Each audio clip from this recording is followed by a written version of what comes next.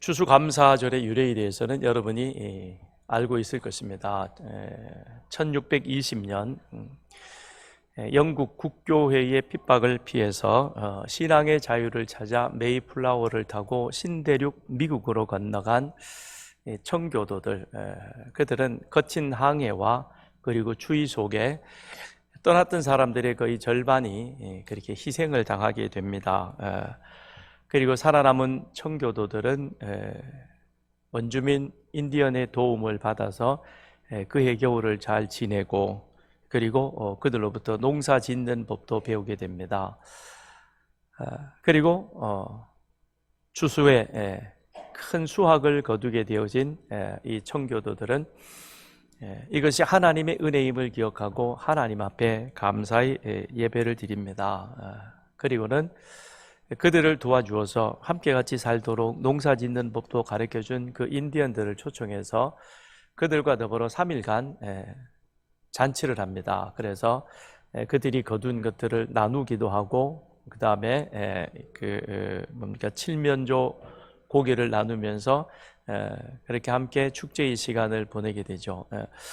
이것이 시작이 되어져서 미국 여러 주에서 이 전통을 받아들여서 그들이 그렇게 추수감사절을 지키게 됩니다. 그러던 중에 미국의 남북전쟁이 일어났고 1863년에 에이브럼 링컨 대통령이 국론을 통합하고 그리고 하나님 앞에 감사하기 위해서 11월 넷째 목요일을 공식적으로 국가의 공휴일로 그렇게 지정을 하고, 지금까지도 그렇게 추수감사절 땡스기빙 데이로 그들은 지키고 있습니다.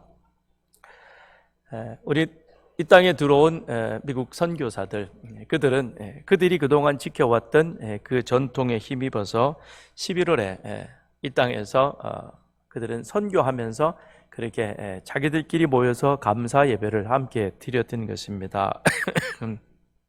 그러면서 이것이 우리나라에도 이제는 자연스럽게 전해지게 되었습니다. 그랬는데 1904년 조선 예수교 장로회 공의회, 이것이 이제 우리나라의 처음 이렇게 공의회, 지금의 총회 같은 것이죠. 이것이 조선 예수교 장로회 총회라고 하는 공의회라고 하는 그 모임을 갖게 되었는데, 이 모임에서 후에는 목사님이 됩니다만 서경조 장로가 그 공의회에서 감사일 제정을 그렇게 공식적으로 제안하게 됩니다. 서경조 장로가 이 공의회에서 감사절을 지키자고 제안한 것은 두 가지 이유였습니다. 첫째는 한국 교회는 짧은 기간 안에 놀라운 성장을 이루었다. 그리고 두 번째는 많은 동포가 구원받은 것은 그건 전적인 하나님의 은혜이다. 그러므로 우리는 하나님 앞에 감사를 드리는 것이 마땅하다. 그렇게 감사일을 제정해서 그 1년 중 한 하루를 하나님 앞에 하나님께서 우리나라와 우리 민족에게 베풀어 주신 그 은혜를 기억하는 것이, 그것이 옳겠다라는 것이었죠. 그래서 공의회에서는 이 서경조 장로의 이 제안을 긍정적으로 받아들이게 됩니다. 그래서 그해 1904년 11월 11일 감사일로 지정을 합니다. 그랬던 것이 그 다음에는 11월 둘째 주 수요일을 그렇게 감사일로 지정을 하죠.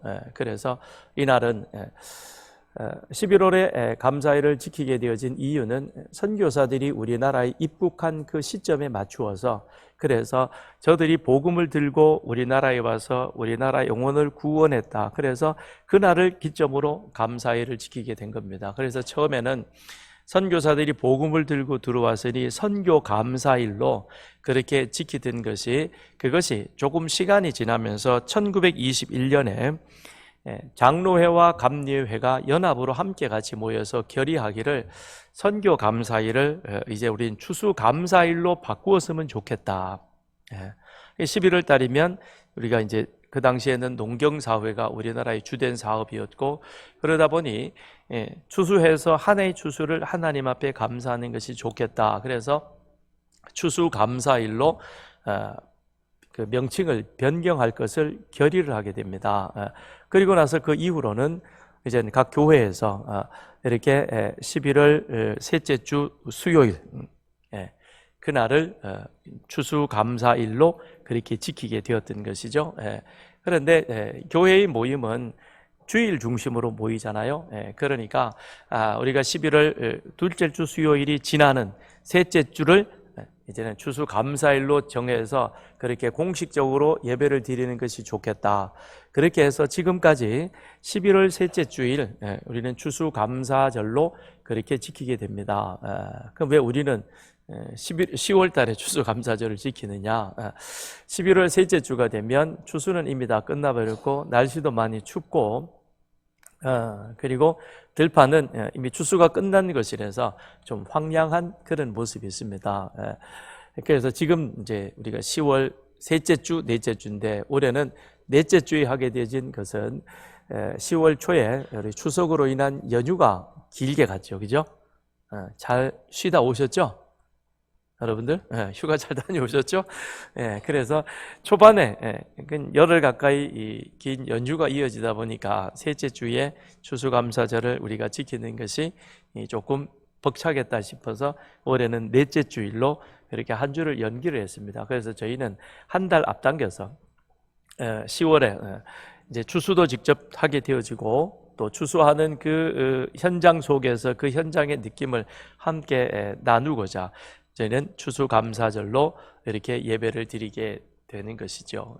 그런데 지금 우리가 이렇게 추수감사절을 지키는 것이 미국에 영향받은 부분은 없지 않아 있기는 합니다만, 그런데 서경조 장로가 공의회에서 우리가 감사일을 지켜야 된다라고 그렇게 제안한 것이나 그것을 기쁘게 받아들여서 선교 감사, 이 땅에 복음이 전해졌고 우리가 구원받아 많은 민족들이, 많은 영혼들이 그런 하나님의 은혜를 누리게 된 것에 대한 감사를 나눌 수 있는 것,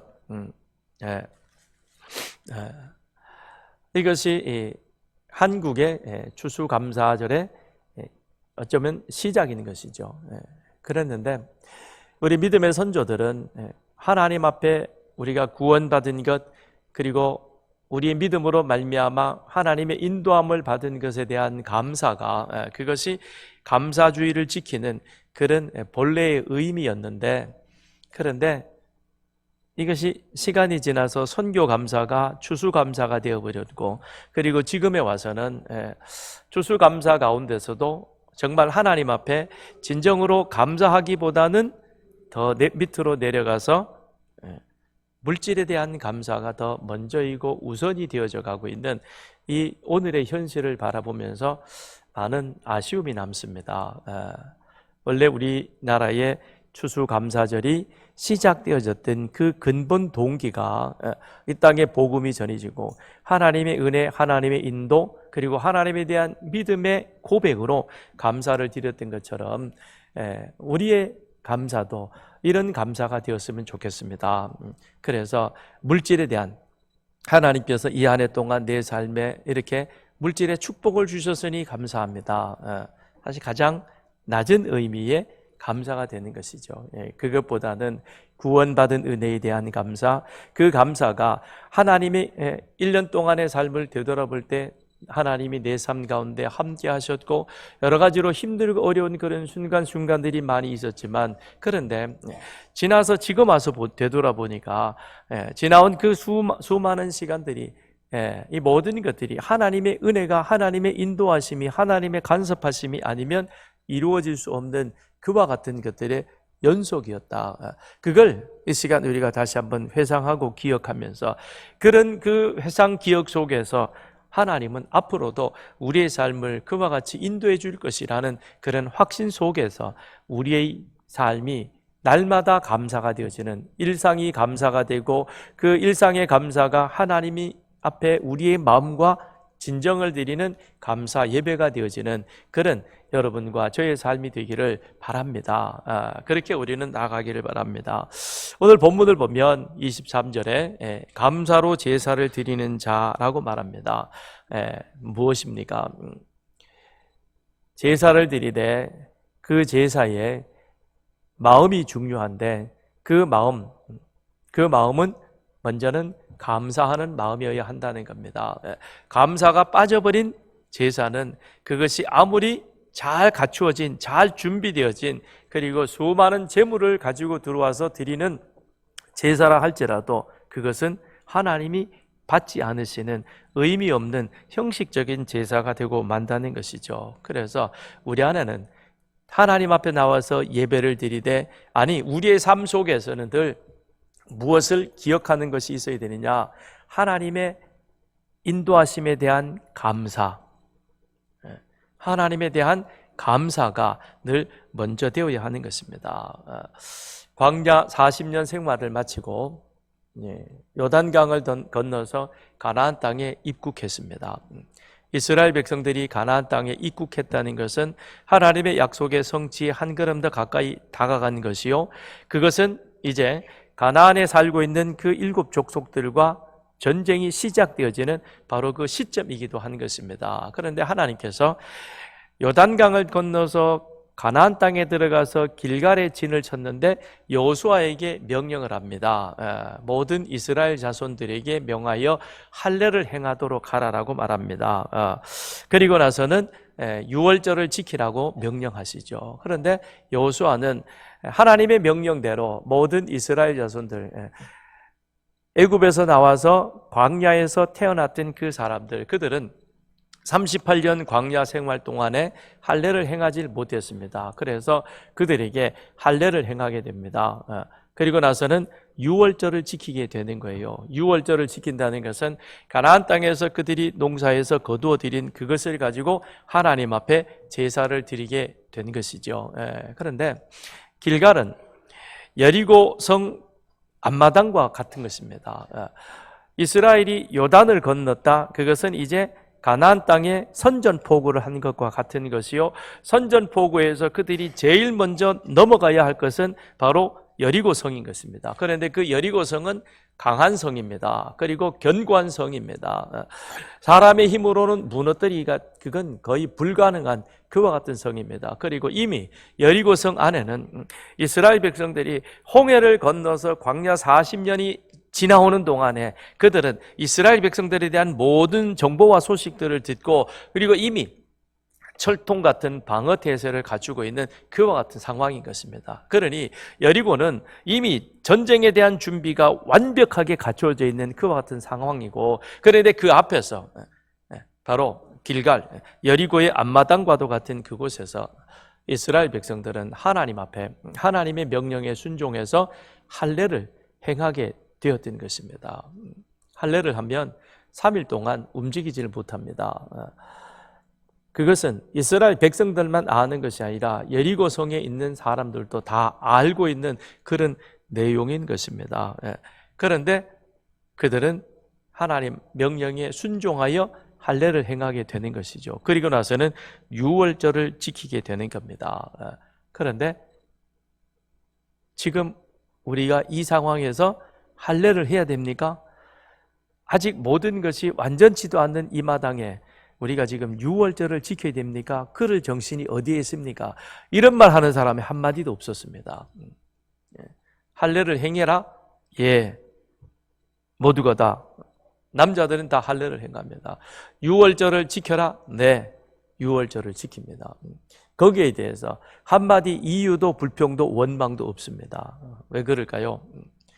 할례를 행했다는 것은 하나님의 선택받았다는 것을 인정하는 것이요, 유월절을 지켰다는 것은 그들이 애굽의 노예 속에 억압받던 그 상황에서 이제는 자유하는 자가 되었다는 그런 의미가 되는 겁니다. 나는 하나님의 선택받은 백성이 돼 이제는 하나님의 은혜 가운데 참된 자유를 누리는 그와 같은 사람이 된 것이죠.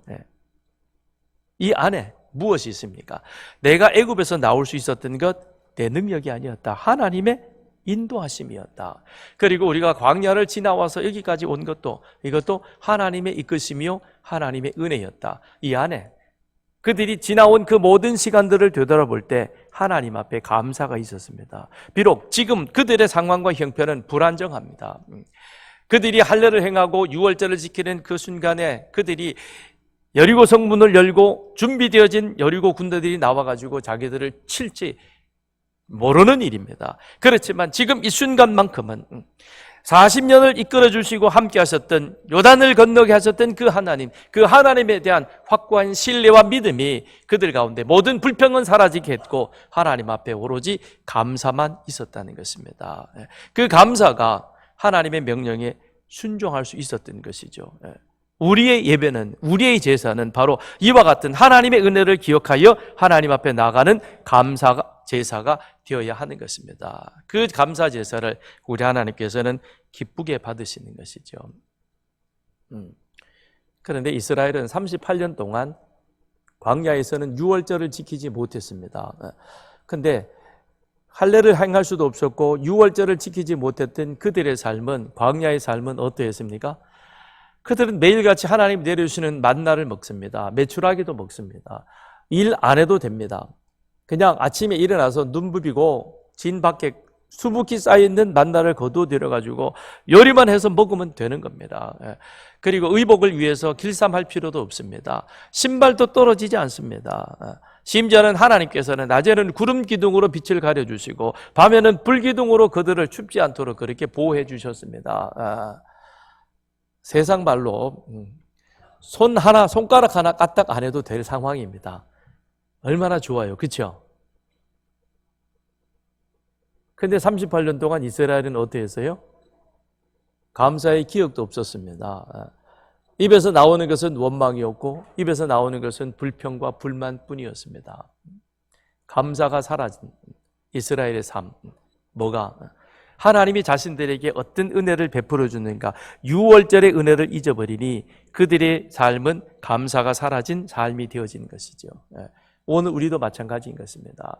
우리나라에서 우리 믿음의 선배들이 다른 무엇보다도 이 땅에 복음이 전해진 것, 복음으로 인해서 죄와 우상과 어둠이 거쳐지게 되어지고 수많은 사람들이 예수 믿어서 구원받게 되어진 이것을 영적인 눈으로 바라보며 하나님 앞에 감사할 수 있던 이 믿음의 시작.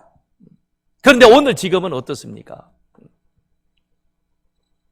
오늘 우리들에게는 그와 같은 믿음의 선조들의 고백이 우리에게 있습니까? 우리나라 역사상, 아니 세계적으로 보더라도 우리는, 참 제가 자주 하는 말입니다만 너무 잘 살아요. 나는 못 사는데, 우리 아빠는 나인데 핸드폰도 안 사주는데 그런 불판하지 마십시오. 핸드폰 없어도 얼마든지 우리는 행복할 수 있고요, 얼마든지 너무너무 잘 삽니다. 진짜 우리는 그 어느 때보다도 잘 삽니다. 아무것도 없는 잿더미에서 모든 것이 희망이어 보이지 않는 그곳에서 하나님이 이렇게 우리나라에 축복을 부어주셔서 이런 풍요로움을 우리가 누리고 있습니다. 그런데 감사합니까? 정말 우리에게 진정한 감사가 있습니까? 나는 왜 이게 없냐고, 우리는 왜 이게 안 되냐고, 우리는 왜 이렇게 살아야 되냐고, 우리 입에서는 그 말밖에 안 나옵니다. 여러분, 다시 되돌아가 보십시오. 이 땅이, 이 나라가 어려울 때 내가 어떻게 예수 믿어서 내가 어떻게 지금 이 자리까지 오게 되었는지, 현실을 보면서 하나님 앞에 불평하지 마시고 그 현실 가운데서도 하나님이 우리 삶을 여기까지 쭉 이끌어 오신 그 삶을 기억하며 감사가 넘치는 여러분과 저가 되길 바랍니다. 감사란 하나님께서 내 삶에 준 혜택에 대해 진심으로 고마움을 표하는 것. 한번 따라해 보시길 바랍니다. 감사란 하나님께서 내 삶에 준 혜택에 대해 진심으로 고마움을 표하는 것. 하나님께서 내 삶에 대해 베풀어 주신 혜택, 거기에 대해서 진심으로 감사함을 표하는 것, 고마움을 드러내는 것, 이것이 감사인 것입니다. 감사의 반대는 뭐게요? 안 감사해요? 불평입니다. 불평. 아담은 모든 것을 다 가졌습니다. 그런데 하나님의 명령에 불순종해서 선악과를 먹었잖아요. 하나님이 물어요. 왜 선악과를 먹었느냐? 그랬더니 아담이 뭐라고 대답합니까? 하나님이 나에게 주셔서 함께 해주신 그 여자가, 여기서 그 여자라고 말합니다. 그건 하와를 지칭하는 것이죠. 하나님께서 나에게 주셔서 함께 해주신 그 여자가 내게 줌으로 내가 먹었습니다 라고 말합니다. 불평이며 원망인 것이죠.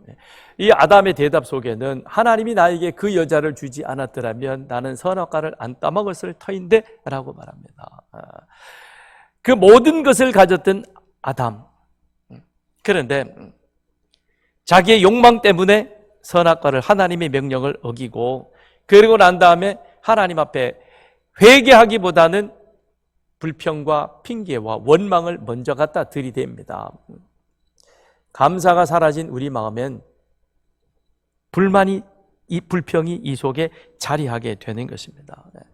그래서 감사의 반대는 불평이 되는 것이요, 우리가 이 입에서 둘 중에 하나인 것입니다. 내 입에서 감사가 나오면 불평과 불만은 없어지게 되는 겁니다. 내 입에서 감사가 나온다는 것은 내 마음에 감사가 솟구치는 것이고, 내 마음에 감사가 솟구친다는 것은 내 기억 속에서 하나님이 내 삶에 베푸르신 은혜를 내가 늘 기억하고 있다는 것입니다. 그러니까 하나님의 은혜를 기억하는 사람은 이 마음 속에 감사가 충만한 것이고, 충만한 감사는 입술을 통해서 사람들에게, 아니 하나님 앞에 감사의 고마움을 드러내게 되는 겁니다. 우리는 그런 자가 되기를 바랍니다. 감사가 우리 마음의 충만함, 하나님이 베풀으신 은혜를 기억함, 그래서 늘 우리는 감사가 우리 입에서 끊이지 않는, 그래서 고맙습니다, 감사합니다, 그게 저와 여러분의 언어가 되기를 바랍니다. 한번 옆 사람에게 한번 우리 해볼래요? 내 옆에 앉아주셔서 고맙습니다.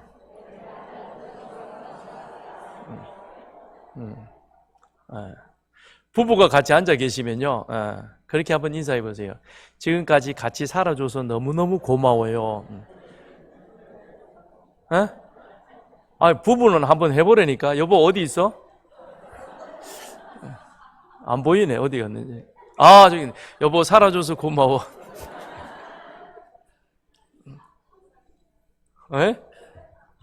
안 그래요? 우리 찬양 때 같이 찬양해줘서 고마워요. 저 자리 20년 동안 지켜주신 여러분들 고맙죠, 그죠? 잘하고 못하고는 별로 문제가 안 돼요, 그죠? 중요한 것은 우리가 하나님 앞에서 내 사명을 다하는 게, 이게 중요한 겁니다. 근데 너무 못하는데 자꾸 또 소리 빽빽 지르면 곤란하고. 그렇죠? 그겁니다. 솔로몬이 1,000마리 번제를 하나님 앞에 드립니다. 하나님께 1,000마리 번제를 드린다는 것, 쉬운 일은 결코 아닌 것입니다. 그런데 하나님께서는 솔로몬이 드린 제사를 기쁘게 받으셨습니다. 어떻게 알 수 있느냐? 하나님이 솔로몬의 꿈에 나타나셔서 네가 원하는 것이 무엇이냐? 내게 구하라. 그리하면 내가 그대로 이루어 주리라. 하나님께서 응답하십니다. 응답하셨던, 하나님이 솔로몬의 꿈에 나타나셨다는 것은 하나님께서 솔로몬이 드린 제사를 기쁘게 받으셨다는 것이요, 하나님은 솔로몬이 1,000마리의 번제를, 제물을 가지고 드렸기 때문에 제사를 받은 것이 아니라 감사했기 때문에, 솔로몬이 감사한 마음으로, 감사의 마음이 이 안에 충만하니까 그 안에 더 드리고 싶음에도 1,000마리 번제를, 그가 드릴 수 있는 최대한의 제물을 가지고 하나님 앞에 감사하며 제사를 드렸던 것입니다. 하나님은 어떤 예배를 받으시는가? 하나님은 어떤 사람을 기뻐하시는가? 감사의 예배를 드리는 사람, 매사의 삶 속에서 하나님 앞에 감사가 넘치는 그 사람을 우리 하나님은 기뻐하시고 그와 함께 동행하시는 줄 믿습니다. 우리 선조들은 이 하나님이 무엇을 원하시고 기뻐하신가를 아셨고, 그래서 우리가 1년에 한 번이라도 그 하나님의 은혜를 공식적으로 표하는 그와 같은 예배를, 그와 같은 주일을 지키는 것이 좋겠다. 그래서 추수감사주일을 지키게 된 것입니다. 이런 예는 세계 어느 기독교에도 없습니다. 없어요. 추수감사주일의 전통은 미국인 것이고, 미국의 전통은 그들이 그곳에서 살아남은 것에 대한 감사였지만, 우리는 이 땅에 복음을 받아들인 하나님이 우리 민족을 살려주신 그 은혜에 우리는 감사하는 마음으로 갔습니다. 다시금 우리 안에 이런 선조들이 우리 속에 만들어 놓은 좋은 믿음의 전통들이 다시금 되살아나서, 그래서 매일의 삶이 감사가 되는, 매일의 삶이 감사의 기쁨으로 드리는 예배가 되는, 그래서 우리의 일상의 삶이 하나님이 기쁘게 받으시는 그런 복된 제사, 예배가 되는 그런 우리들이 되기를 바랍니다. 이것을 가장 실현했던 사람이, 실천했던 사람이 다윗이잖아요. 다윗은 하나님의 성전을 짓기를 원했습니다. 그런데 하나님 앞에 거절당했습니다. 그런데 거절 속에 다윗이 발견한 것은 무엇이냐? 하나님은 우리가 성전 지어드리는 것을 좋아하시는구나, 원하시는구나, 이 사실을 안 거예요. 그러기에 그는 성전 건축을 위해서 하나님 앞에 헌금합니다. 드립니다. 역대상 22장 14절. 내가 환난 중에 여호와의 성전을 위하여 금 10만 달란트와 은 100만 달란트와 놋과 철을 그 무게를 달 수 없을 만큼 심히 많이 준비하였고 또 제목과 돌을 준비하였으니 너는 더할 것이며, 금 1만 달란트, 10만 달란트. 계산 잘하는 사람 한번 계산해 보십시오. 1달란트가 32kg인가 정도 돼요. 그럼 어느 정도 되는지, 이건 무지무지한 거예요. 어마어마한 것을 하나님 앞에 드렸습니다. 그리고도 그는 더 드리길 원했습니다. 다윗이 나 이만큼 부자야라는 것을 자랑하고 싶어서 그렇게 드렸을까요? 아닌 것입니다. 다윗의 마음에는 하나님을 사랑하는 마음이 특심했습니다. 이 마음 속에는 오직 하나님에 대한 사랑만이 가득했습니다. 그 사랑이 자신이 지내왔던 이 삶을 보니까 이 모든 것들이 하나님의 은혜였고, 그래서 그는 감사한 마음으로, 너는 피를 흘렸기 때문에 성전 건축하는 데 적합하지 않아.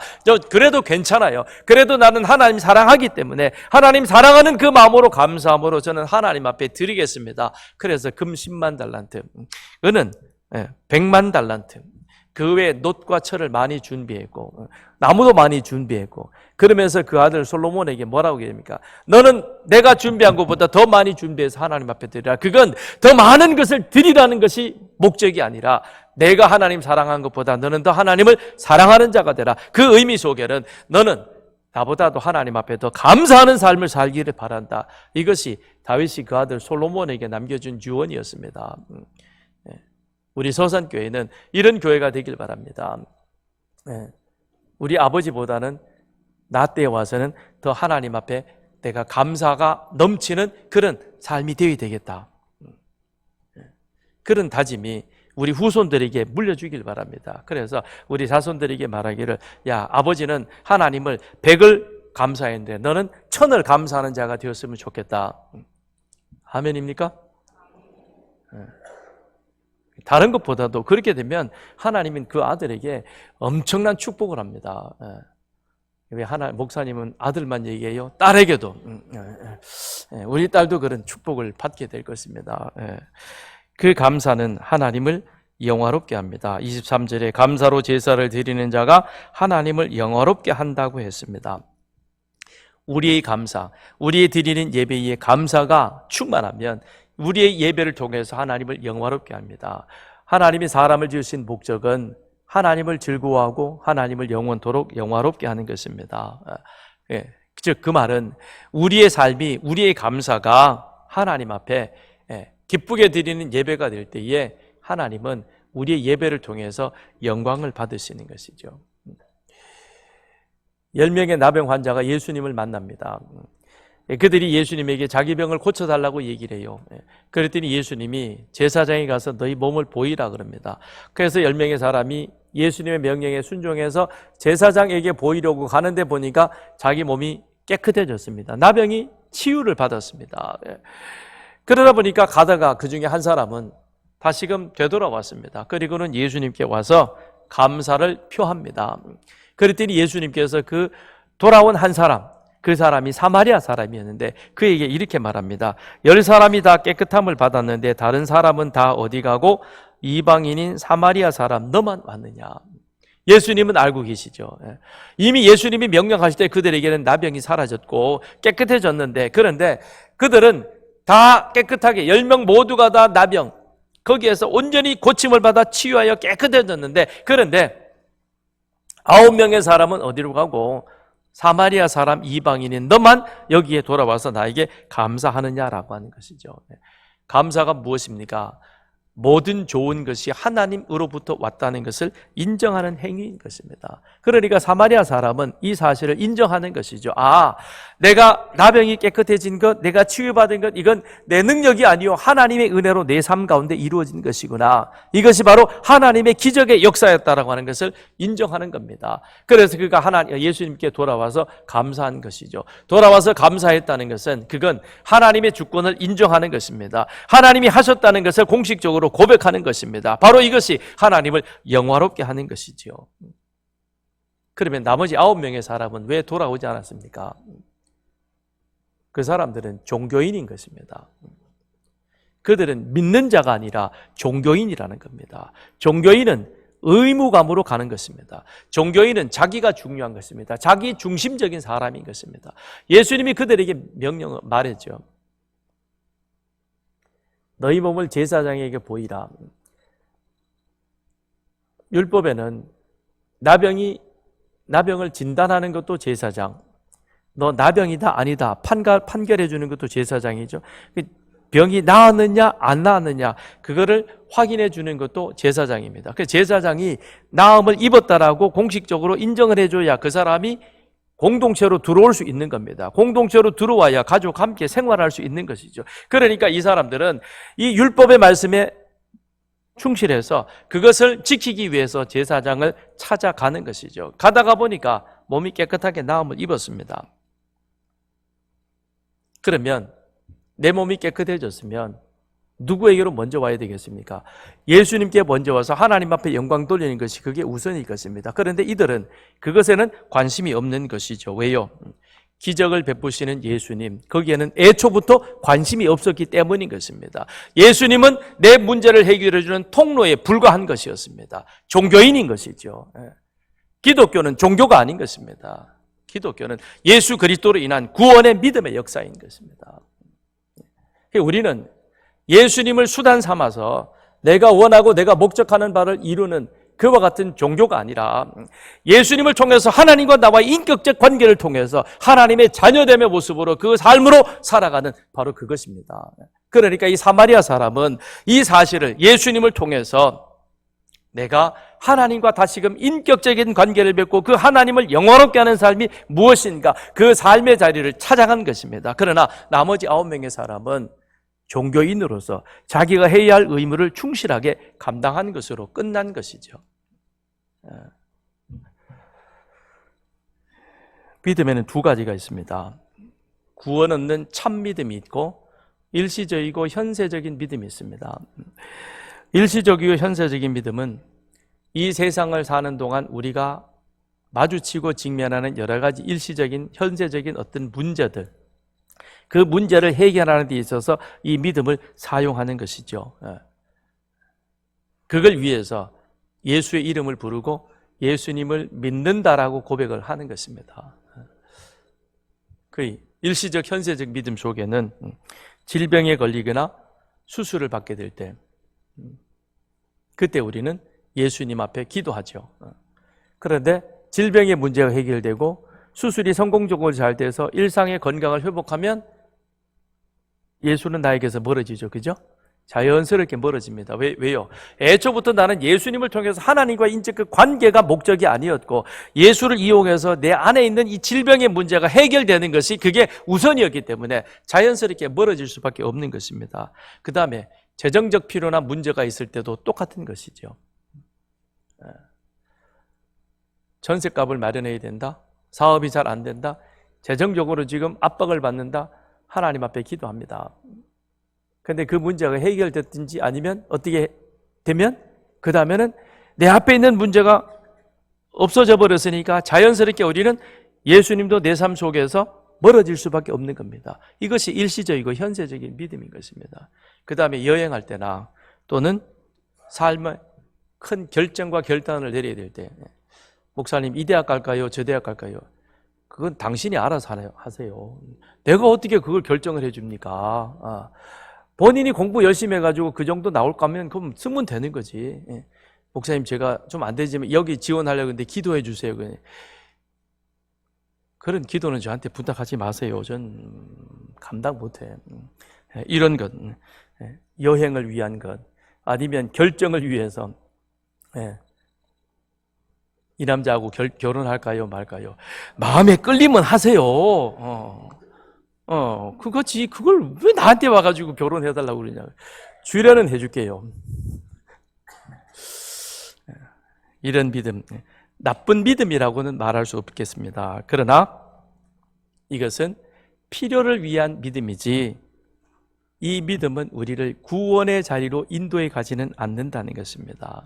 그러니 이 믿음은 결코 하나님을 영화롭게 할 수 없는 것이죠. 9명의 사람들이 바로 그와 같은 사람들이었던 것이죠. 종교적 의무에 성실했던. 그래도 예배는 나와야 하나님이 벌은 안 내리시겠지. 11조를 해야 그래도 그나마 이 소득은 유지되겠지. 우리 하나님을 그렇게 쪼잔한 하나님으로 만들지 마십시오. 우리 하나님은 뭔가 필요해서 여러분에게 봉사를, 물질을, 헌금을 요구하는 것이 아닙니다. 하나님은 우리의 중심을 원하는 거예요. 정말 네가 물질보다도 세상보다도 그 무엇보다도 나를 더 사랑하느냐? 예, 저는 사랑합니다. 그러면 다윗처럼 우리는 하나님 앞에 드리되 아끼지 아니하고 드릴 수 있는 것입니다. 만일 그렇지 못하면 갈등하게 되겠죠. 이거 하면서 벌써 세금 다 떼고 지난번에도 원천 징수도 하고 했는데 이것도 다시금 세금을 떼야 되느냐 말아야 되느냐, 그런 갈등이 오면 하지 마세요. 하나님은 그런 것 받으시고 기뻐하지 않습니다. 드리고 싶으면 내 마음이 원하는 대로 그냥 기도하고 드리는 것이요. 이것저것 따지고 흥정하고 그런 믿음은 현세적 일시적 믿음이요, 그거는 종교인으로서의 사명인 것이지 진정한 구원 얻은 자의 믿음은 아니라는 것입니다. 사마리아 사람은 예수님께 감사하러 왔습니다. 왜요? 모든 것이 하나님으로부터 주어진 것임을 그는 인정한 것입니다. 하나님의 주권을 인정하니 하나님을 영화롭게 했고, 그러니 예수님은 9명에게 주지 않은 또 다른 특별한 선물을 그 한 사람에게 주었습니다. 그게 무엇입니까? 내 죄 사함을 받았느니라. 영혼 구원인 것이죠. 가장 값진 선물을 이 사마리아 사람은 받았던 것입니다. 그러므로 감사는 구원의 길인 것입니다. 그래서 오늘 본문에 그의 행위를 옳게 하는 자에게 내가 하나님의 구원을 보이리라, 내가 하나님의 구원을 보이리라 라고 말합니다. 그러므로 감사는 단순한 감정이 아니라 구원의 축복을 경험하고 확증하는 믿음의 행위인 것입니다. 하나님께 대한 감사는 하나님의 믿음으로만 가능한 것이요, 그 믿음은 하나님의 역사하심을, 하나님의 구원을 경험하게 되는 것입니다.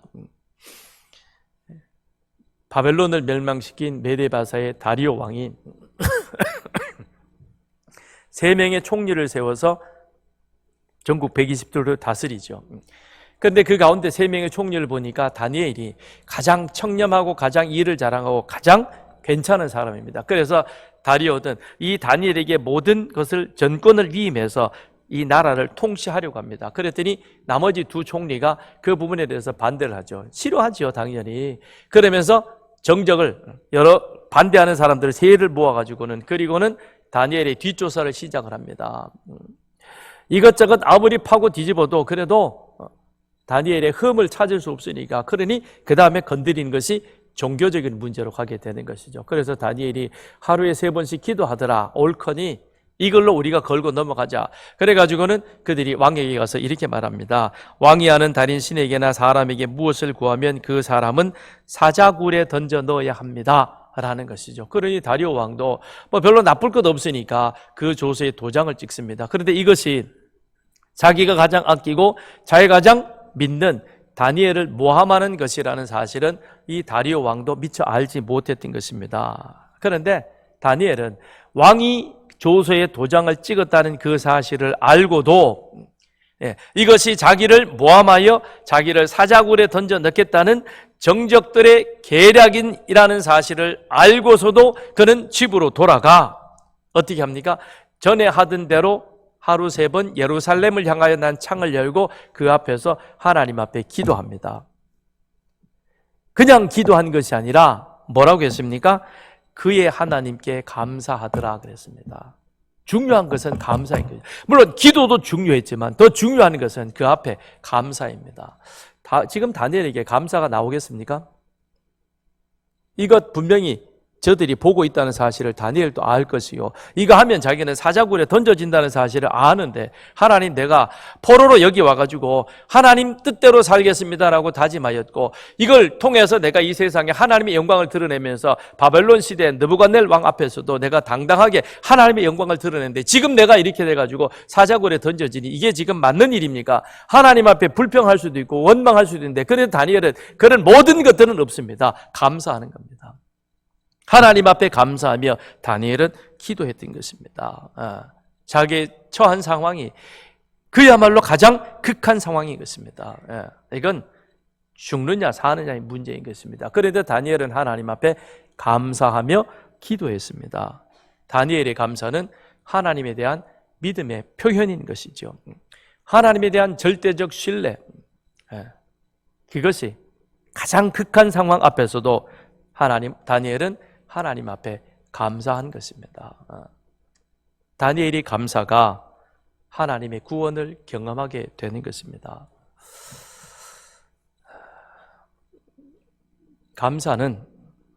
감사와 불평은 나의 선택입니다. 내가 감사를 선택하면 나는 감사의 삶을 살게 될 것이요. 내가 불평을 선택하면 나는 불평과 불만만 틀어놓는 그런 삶을 살게 될 것입니다. 감사를 선택하면 하나님을 기쁘시게 할 것입니다. 그러나 불만을 선택하면 사탄을 기쁘게 합니다. 그래서 사탄은 매일같이 우리에게 이렇게 속삭입니다. 항상 낙심하라, 쉬지 말고 원망하라, 범사에 불평하라. 이는 너희를 향한 사탄의 뜻이니라.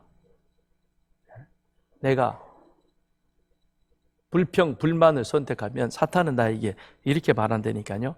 항상 낙심하라, 쉬지 말고 원망하라, 범사에 불평하라. 이는 너희를 향한 사탄의 뜻이니라. 감사는 하나님의 뜻입니다. 그러나 불평은 사탄의 뜻이라는 사실을 우리가 알아야 할 것입니다.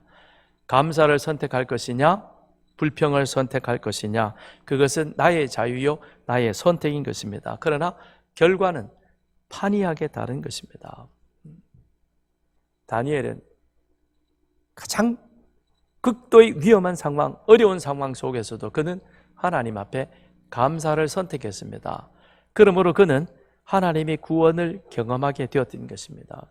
사마리아 사람, 그는 자신에게 일어난 이 일이 하나님의 기적이라는 사실을 인정을 했습니다. 그래서 예수님이 가서 감사했습니다. 그랬더니 예수님으로부터 죄 사함의 은혜를, 영원히 구원받는 그런 은혜를 이 사마리아 사람은 누리게 된 것입니다. 감사와 불평, 여러분은 어느 것을 선택하시겠습니까? 감사를 선택하는 여러분 되기를 바랍니다. 감사를 선택하고 감사를 선택했으니 내 삶이 이제는 감사의 예배가 되기를 바랍니다. 매일 매순간 우리는 하나님이 베풀으신 그 은혜를 기억하며 하나님 앞에 감사가 일상이 되어가는, 그래서 그 감사가 일상이 되어 쌓여 하나님이 기뻐하시는 예배가 되어지고 그 예배가 하나님을 영화롭게 함으로 날마다 하나님의 구원을 경험해가는 여러분의 삶이 되기를 주님의 이름으로 축원드립니다.